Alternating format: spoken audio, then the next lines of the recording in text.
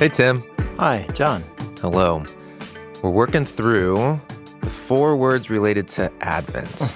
Yes. Advent's a season of the Christian calendar Yeah. where you're anticipating the birth of Jesus. Yeah. It's a Christian calendar tradition that emerged in the early centuries of the Jesus movement. It was a way of structuring the arc of your year and your worship patterns, eating patterns, according to the story of Jesus. It begins with these 4 weeks of... Yeah, it begins with 4 weeks of Advent. The word Advent means arrival or coming. Okay. And it's a period of waiting. And so... The story begins with waiting. Story begins with waiting, yeah. And the season of Advent for the 4 weeks leading up to the birth of Jesus, it's about cultivating the virtue of learning how to wait. So week 1 is typically connected to hope, which is we just talked about in the last episode, the generative tension of waiting. Yeah, that's a good summary. And then the key second word is the word peace. Peace. Peace. Yeah. So we're going to ponder the biblical topic of peace. Okay. So in the Hebrew Bible, the word translated as peace, most consistently, it's the Hebrew word shalom. Yeah, shalom. Probably the Hebrew word that most people who don't know Hebrew know. Because it means hello, right? Oh, in contemporary Hebrew, it's what you say when you come up to a greeting. person and greet them. Yeah. You say shalom. Shalom. Because that's a We think it modern Hebrew means. thing. That's a modern Hebrew thing. Well, but we'll see there's some ancient precedent for it. So that's a noun, shalom. Okay. It's related to a verb at its root, which is shalem. And what would that be in English? If peace is the noun, making peace? Well, or being at peace. Being at peace. To be peaced. To be at peace. Be at peace. Yeah. Okay. Yeah, it would be there's shalom, and then there's the state of being shalom. And we're just going to see some examples. Okay. Deuteronomy chapter 27. This is Moses talking to Joshua and the Israelites. They're on the east side of the Jordan River, and Moses is going to die, and he knows it. But the people are going to cross the river and go into the land. And he says, when you cross the land, you're going to come to this spot, and Deuteronomy chapter 27, verse 5, you shall build there at that spot an altar to the Lord your God, an altar of stones. You shall not use an iron tool on them. Don't carve these stones. Yeah, don't carve them. Don't get fancy. Don't make them into nice blocks. And in the background here is ancient, both Egyptian and Canaanite, like altar styles, which you would make these huge platforms. Okay. By huge, I mean like 10 by 15 feet square. Yeah. Big carved rectangle stones. Okay. Actually, there's one in northern Israel. It's a massive platform, and they've recreated it. These are rectangle stones. They're probably like 4 feet by 2 feet or something like that. These huge rectangle slabs. Okay. And you got to carve those so that they fit together. Exactly. Yeah. Yeah, don't do that. Don't do that. Okay. Don't do that one. Yeah. Rather, you shall build the altar for Yahweh your God of shalem stones. Natural stones, but shalem. Shalem stones. Undisturbed. Yeah, there you go. Undisturbed, whole. Like you unedited. Unedited. Yeah. There's something about fullness or natural, complete. You haven't altered them. It's the shalem stone. Huh. Okay. Yeah, okay. Interesting. So let's hold that one. All right. A couple chapters earlier in Deuteronomy 25, Moses is talking to the leaders of Israel, saying, hey, when you go in and, you are living in the land, you're going to need to have marketplaces where people are buying and selling and trading stuff, and they would have weights and measures, like, hey, could I have, 10 grams of some cassia oil or myrrh or something. Right, and you got to weigh out 10 grams. Exactly right. So Deuteronomy 25:13, don't have in your bag differing weights. One large, one small. In order to be deceptive. Yeah, cheating frauding. people. Yeah, That's cheating right. people. Yeah, like I have a little bag and it says it has 5 grams of stones in it. Yeah. And I'll use that on the balance. Right. But actually it has 6 grams or 3 or whatever. Okay. Don't have bag of different weights. Don't have in your house differing measures, large and small, once again, to like trick people. You shall have a shalem and a just or fair weight, and you shall have a shalem and just measure, so that you can live long days in the land. Okay. So just, meaning? Like fair, Fair. in terms of like relational equity. Okay. And then shalem. Yeah. So you could have maybe like 3 stones in your bag and be like, yeah, it makes up 5 grams. Or you could just have a shalem weight, which is just one block or one stone. Is that what it's referring to? Shalem. A oneness to it. Yeah. If you just have one stone that's 3 grams, how are you going to alter it? Exactly. Yeah. Yeah. So if you have a shalem weighing stone, it's like one big complete piece. That's what that means here. Yeah. One complete piece? Yeah. A shalem weight and a shalem measure. Oh. Yeah. Okay. Such a rad image. You've got the one weight. The weight corresponds to the thing that it fairly represents. And it's just, you don't alter it. It's just the one thing. Yeah. Yep. Shalem. Okay. Okay. Here's a little twist. This is a metaphorical usage of shalem. 2 Kings chapter 20. You got a king of Judah in Jerusalem named Hezekiah. He gets really sick. Like he's super sick. And so Isaiah, the son of Amoz, the prophet, came to him and said, this is what Yahweh says, man, you better get your house in order because you're going to die. You're not going to recover. And Hezekiah turned his face to the wall and he began praying to Yahweh, saying, Yahweh, please remember how I went about before you in faithfulness and with a shalem heart. And heart, we're talking about the whole inner life of a person. Yeah, yeah. So my inner life, who I am, the things I desire. Yeah, and think purpose, and- desire, plan, Yeah. all that. With my heart, I've been shalem. I mean, it's a really good image of just someone's inside, unaltered. My whole heart has been devoted Yeah. to you, Okay. is the idea underneath here. I see. A wholeness of heart, a completeness of heart Okay. that matches a trustworthiness in how I live before you. Anyways, interesting use. Yeah. So we've got a shalem stone, which It's means whole, unaltered, yeah. complete.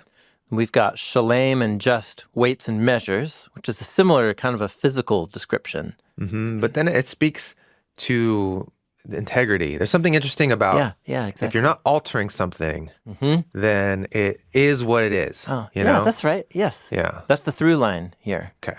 Yeah, it's what it's supposed to be. Right. And It is what it's supposed to be. it's what it's supposed to be. Yeah. And that can be true of a rock. It can be true of a measuring stone. It can be true of a human heart. This is shalem. Okay. So that is for something to exist in a state of shalom, as these examples. Okay. However, you can use this word shalem in an active sense, like a causing something to be in a state of shalom. Okay. And here's some examples of that. Solomon, the last line describing of how his making of the temple of Yahweh, this famous Solomon's temple, 1 Kings chapter 9, verse 25. He offered sacrifices 3 times a year, burnt offerings, fellowship offerings on the altar that he built for Yahweh. He offered incense with it, and so he, and I'm just going to use the English phrase, made shalem, the house, that is the temple. Okay. This is about the inaugural year of the temple. Because there's 3 big offering periods. This is the 3 pilgrimage feasts. Okay. Yeah, Passover, Passover, Pentecost, and and then then Sukkot, Tabernacles. Yep. Tabernacles. Okay. Yep. So he did all 3, and then he did all the other offerings too, and he did all the incense offerings. So he did all the offerings that were meant to happen in the temple. Yeah, he completed all of them. The whole liturgy, annual liturgy. And so he shalamed the house. Okay, made complete. Made it enter into a state of shalom. Adds to its purpose. If you made something for a purpose, but the thing hasn't done its purpose yet, then you run it through its paces, and you see like, yep, it can do it. It does do it. It's now complete. Okay, so King James has finished the house. He finished the house. So does the New American Standard, finished. New Revised has completed the house. Ooh, NIV gets a little fancy. He fulfilled the temple obligations. Fulfilled. Because I think what they're noting is that this isn't about like the actual physical material completion. That happened earlier in the story. This is the moment where he's done now the full annual liturgy and all the rituals in the temple. And this is described as him making Shalom, the house, by doing all the things that the house was designed to be for. Yeah, using the thing for its purpose to make Shalom. Yeah. There's two examples in Isaiah chapter 44 where God says that he's announced a plan through his messengers, which I think refers to like the prophets, the biblical prophets.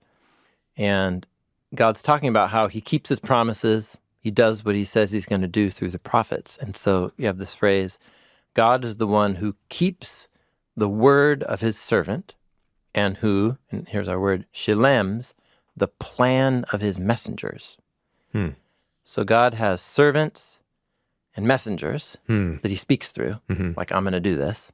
And then when God brings about in history the things that the prophet said, it's God keeping his word and shaleming the plan. Yeah, completing. Complete. Yeah. So there's some plan, and it sets out a thing, but yet it's yet to be realized. It's yet to be fulfilled. Yeah. And so Shalom is the realization of the thing you were pointing at.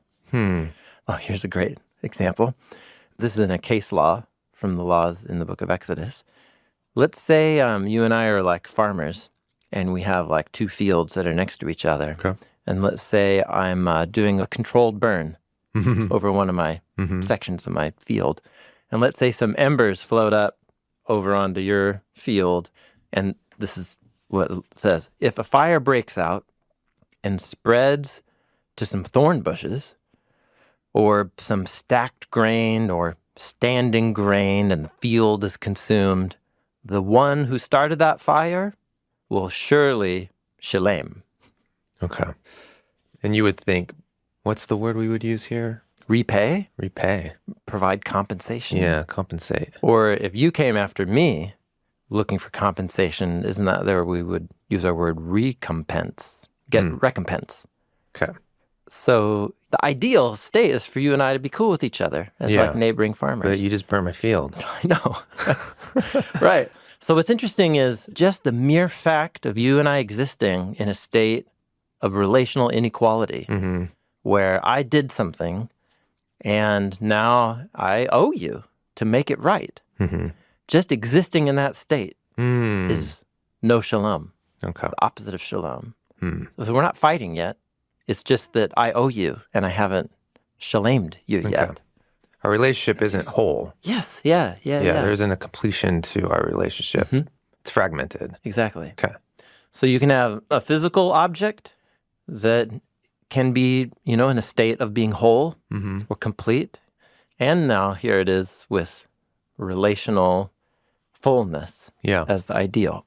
So these are our uses of shalom as a verb. Isn't that interesting? Yeah.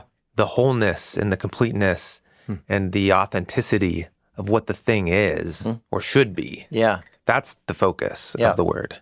There's some sense of an ideal. Yeah. There's like what a thing is for. And when it's in that state, that's the shalom state. Okay. And if it is not existing in that state, then you need to do some shalaming to like make it be in that state. Make the relationship right, make the house, the temple, finally work for the purpose it was purposed to work. Okay. So you get the idea. You have two states of being. You could say partial, unfulfilled, unfair, unequal. And then you have the opposite state, whole, complete, fulfilled, equal. Now you've got shalom. There you go.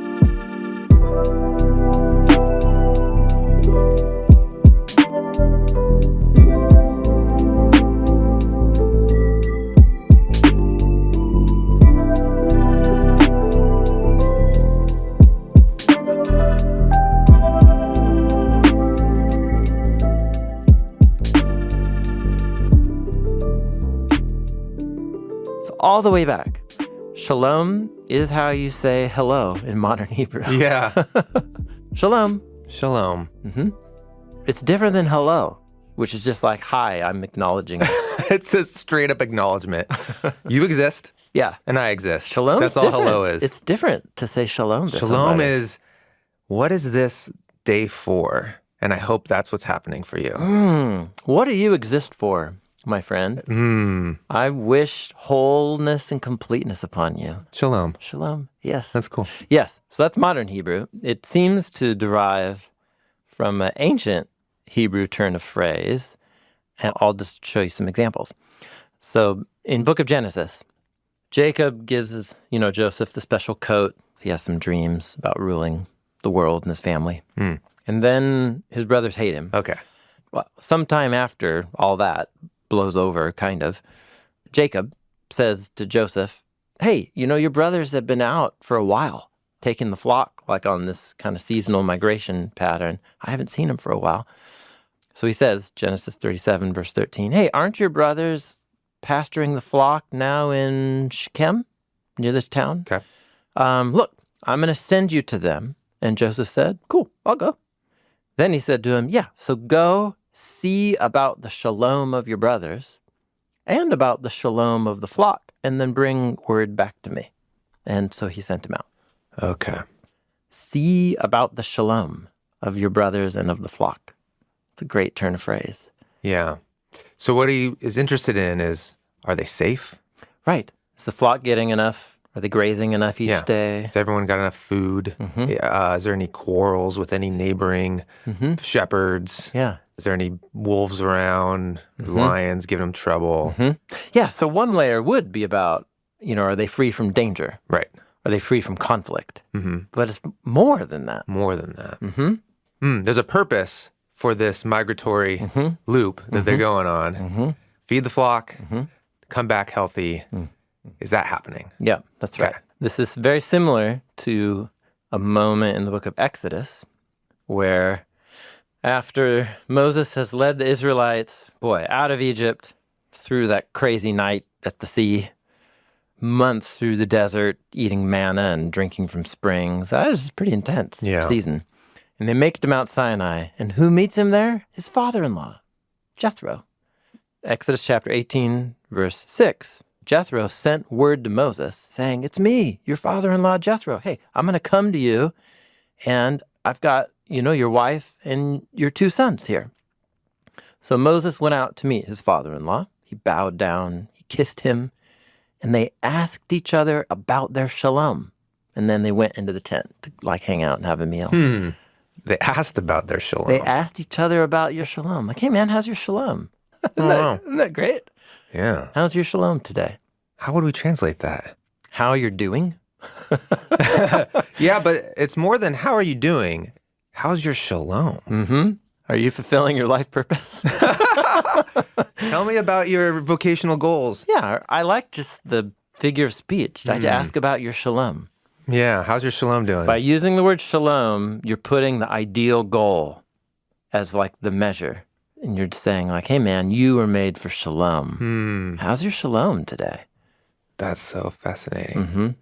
It's asking someone are you flourishing?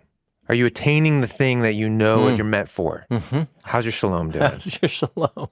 I don't know why I'm laughing. No, it's cool. It's a really cool way to greet someone. Yeah.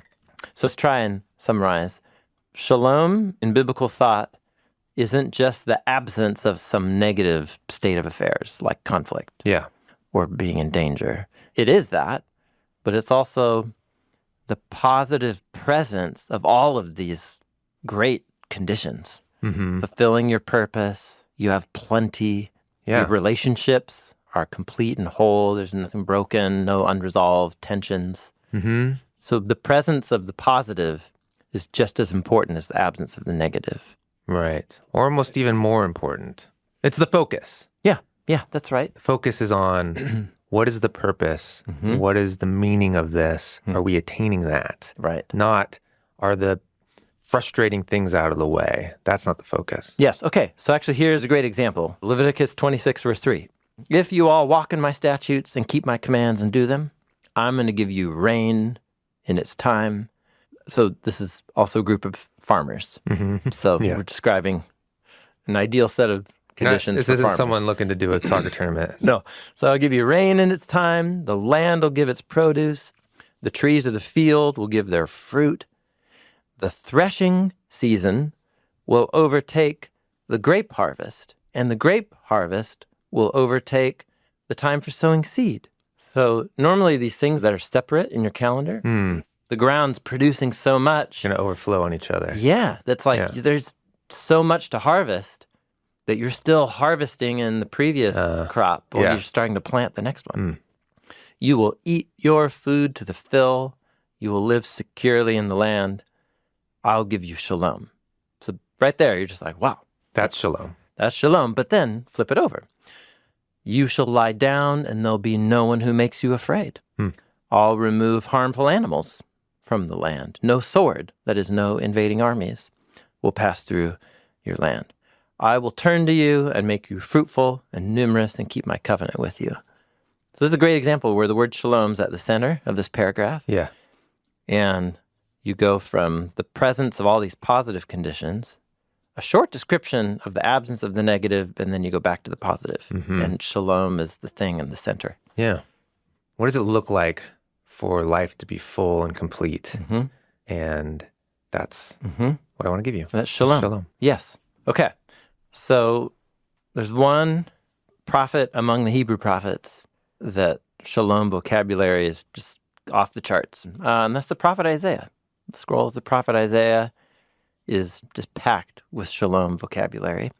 And in fact, one of the most, speaking of Advent, one of the most famous kind of Advent scripture readings that gets read in churches and whatever, Christmas plays, is the hope for a new king from the line of David who will fulfill all of the failures of the line of David up to that point. Isaiah chapter 9, verses 6 through 7. Such a cool passage. And it's a celebration song. And it reads, "For a child has been born for us, and a son has been given to us. Dominion will be on his shoulder." That's a cool image. He will bear the weight of rule. Yeah, that's it. Okay. It's a heavy burden. Yeah. Being in charge of a bunch of people and their living situation, and it's heavy. It's complicated. So dominion will be on his shoulder, and his name will be called, and then he has 4 names. There's a whole rabbit hole here of like the ancient practice of naming kings and giving them lots of different symbolic names. Oh. These are throne names. Throne names. I haven't looked this up in a while. My memory from it is that our oldest evidence from it is in Egyptian enthronement ritual texts. Okay. Where the new king would just be given all these names. Cool. So it's probably not like what people called him, walking up in the street or in the court, but it's saying this is who you are, what you're made for, what you're destined for as king. Yeah. So his name will be called Counselor of Wonders, or it often gets translated as Wonderful Counselor, but counselor not in terms of like a therapist, but like a planner, strategist. Okay. A strategist of wonders. A strategist whose plans accomplish things that will blow your mind. A counselor of wonders. The architect of really amazing plans. Yeah. He makes plans, and you've never seen anything like it when they come to pass. That's his first name. Isn't that a rad name? Yeah. Counselor of Wonders. El Gibor, God the Mighty Warrior. Like, whoa. Yeah, it's a tough name. That's his WWE name. Yeah. Yeah. This is what the Israelites call God in their song of praise after he rescued them in the night through the sea, defeating Pharaoh, the waters. God defeats the snake, defeats the sea dragon. Yeah. He's El Gabor. Yeah. This is the ring champion, the fighter. Yeah. Okay. So the king is being called El Gibor, God the warrior, meaning that what this king does for us is God, protecting and fighting us. He is also called Father of Perpetual Ongoingness, or translated typically Everlasting Father. Aviad. And this is interesting, but he was also just called a son. Okay. When we encounter this son, we encounter the father of ongoingness, never stoppingness, perpetually existing father. Yeah, such a rad image. That's the third name. And then the fourth one is why I'm bringing this up in the first place, is Sar Shalom, the ruler of Shalom, or the Prince of Peace, is what King James went for. Yeah. Prince of Peace. That's a nice alliteration, the double P. But Sar just means ruler. It can be used of kings, but can also be used of like the group of leaders that rules right underneath a king. Okay. But a ruler of Shalom. A ruler of Shalom. Yeah. So what's great is it could be referring to his own personal qualities. That he has Shalom. He rules with Shalom. Like King Hezekiah. I've had a Shalom heart. So could be he himself exists in a Shalom state. But if he's a ruler, then you also hope that he's like sharing the Shalom. Yeah, the dominion's on his shoulders. His purpose is to bear the weight of ruling in such a way that things are good. That things are good, which it goes on. Verse 7, his dominion, it's the same word as dominion on his shoulder. His dominion will grow continually, and there will be Shalom with no end. Yeah, completeness with no end. You went to this ruler, and he said, how's your Shalom? You'd be like, there's no end. Oh, okay. So it could be, when you say the Shalom, there's no end, the first thing that I think of is saying it will never stop. Yeah, the Shalom won't There'll stop. be nothing that will ever compromise it. Yeah. Meaning no danger, but also no lack, Yeah. no inequity. It's just pure Shalom all the time. 24/7 Shalom. 24/7 Shalom. That's the meme. So if you just say, yeah, how you doing? I'm good. How's your Shalom? There's no end. Yeah, that's great. Yeah. My Shalom's rocking. Yeah. So what's cool is in this passage, notice how eternity language is also brought up, or like everlasting Father. Unending Father of ongoingness. His dominion will grow just more and more, and there's no cutoff point to the Shalom that he brings about. Yeah, wow. So that's a cool emphasis. But then also the ambiguity of this phrase, ruler of Shalom, could mean like he himself is in a state of Shalom, but the whole point of a ruler is that he brings it about for others, which is what the second use of Shalom in the passage is. Yeah. So he himself is Shalom, and then he brings about Shalom for others. He'll sit on the throne of David over his kingdom, establish and sustain it with justice and righteousness. Now and forever, he brings about right relationships. It's a rad little picture. Yeah. Here. The zeal of Yahweh of hosts will do this. Yeah, Yahweh's passionate to make this happen. Oh, okay. This is really on the heart of God to make this happen. There's a short list of things in the Bible that God's really passionate about. And bringing about this state of affairs is one of them. It's cool. Yeah. It's Shalom. The ruler of Shalom. Yeah. Prince of Peace. It has a ring to it. I think that was a good move. Yeah. Ruler of Shalom.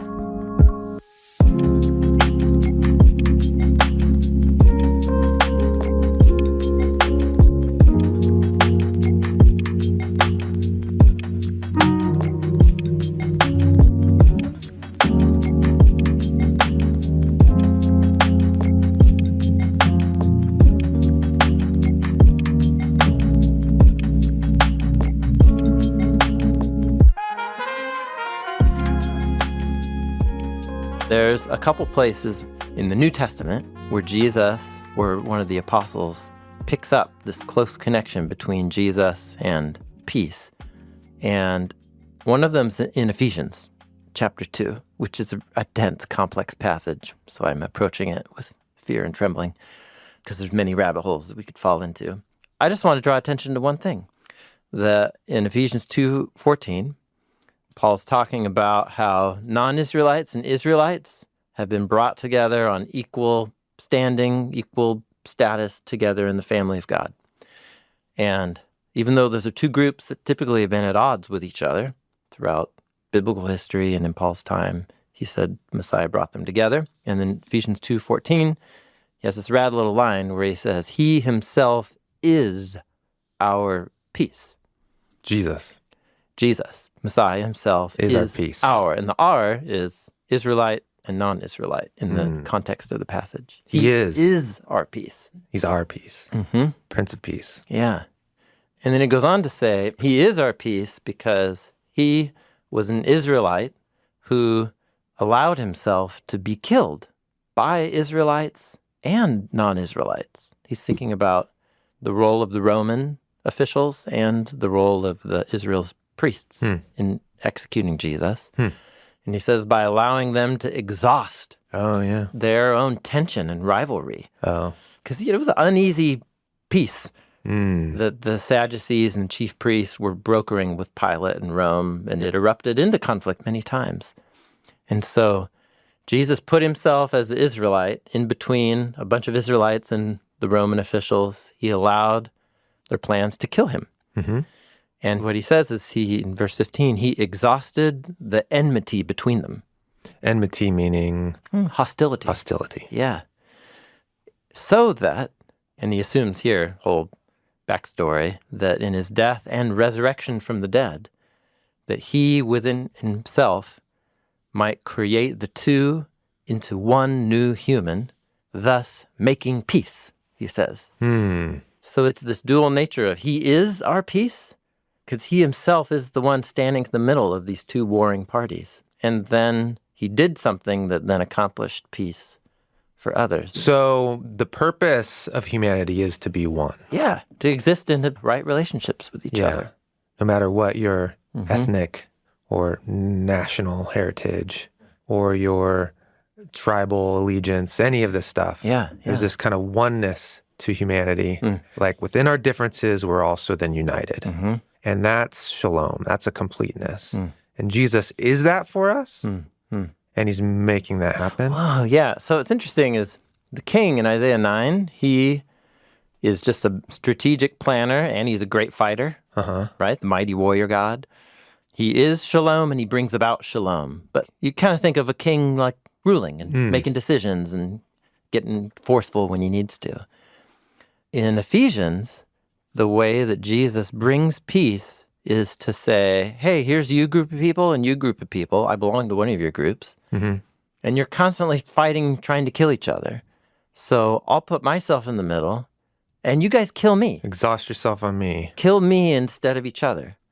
Because I can do this thing where I can overcome death. And then I'll stand there in between you, having faced the exhaustion of your violence. And then I'll ask you, how's your shalom? And then I'll ask you, like, yeah, how's your shalom? Come sit at my table and let's eat together. And that's the idea of, it's what Paul goes on to say. He reconciled both groups together.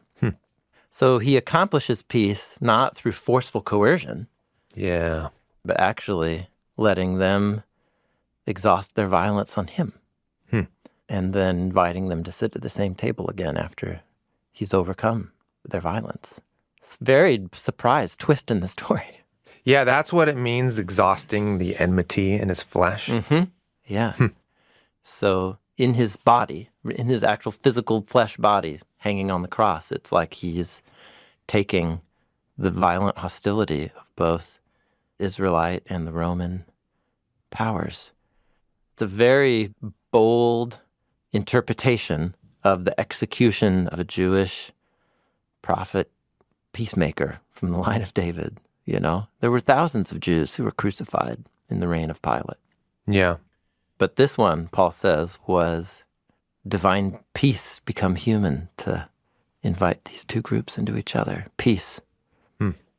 Notice also, I guess, the presence. It's both the absence of violence, like, I'm going to help you stop killing each other. Yeah, but the point is to become one. To become one. Yeah. Like that's the shalom. The shalom. The oneness. Yeah, totally. Yeah, that's the good news of peace. Yeah, the good news of peace. Yeah, so there you go. There you go. We just took our tour through the concept of shalom as being a state of fullness, completeness.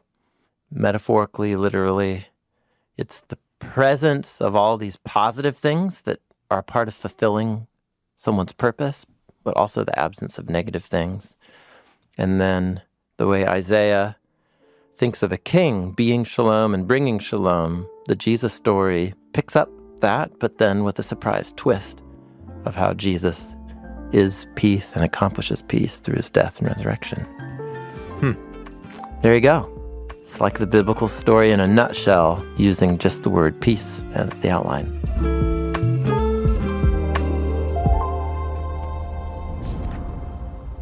Hey everyone, this is Tyler with the podcast team, and before we go, we'd like to do something a little different today. We're going to hear from one of our own team members about their thoughts on the word peace. I have Allison here in the studio. Allison, would you like to introduce yourself? Hi, this is Allison Stain, and I work on the localization team at Bible Project. And so, Allison, I gave you the option to pick one of the 4 words associated with Advent. Why did you choose this word? Peace, that word just jumped out.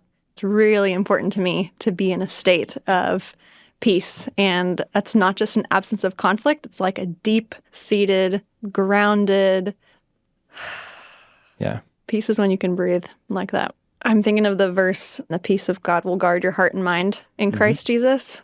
Something I'm learning more and more is just the power of my thinking, and how as I have something in life that is challenging, causing me some anxiousness, I can either choose to dwell on that and feel more fear and overwhelmed by it, or, as this verse says, I can capture my thinking and say, okay, but how can I dwell on what is good and right and pure?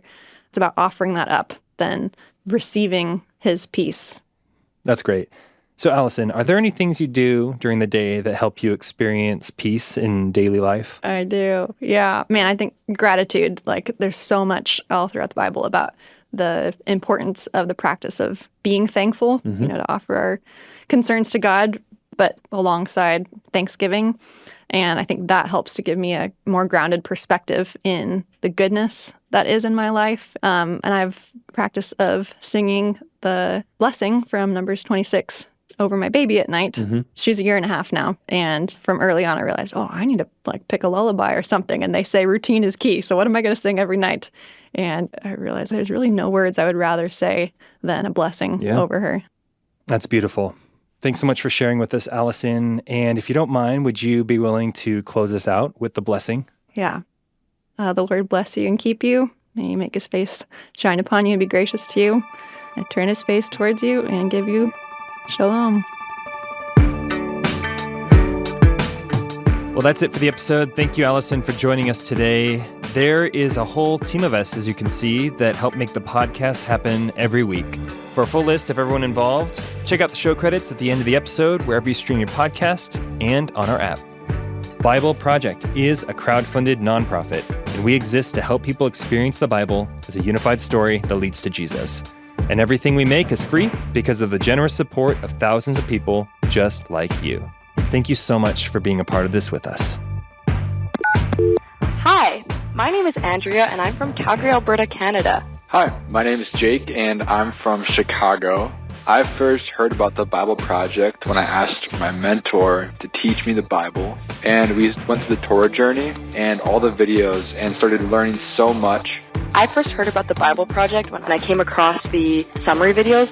I use the Bible Project for my own personal studies. And my favorite thing about the Bible Project is the podcast. My favorite thing about Bible Project is how accessible it was to get such deep knowledge about the Bible just at my fingertips. We believe that the Bible is a unified story that leads to Jesus. Bible Project is a non-profit funded by people like me.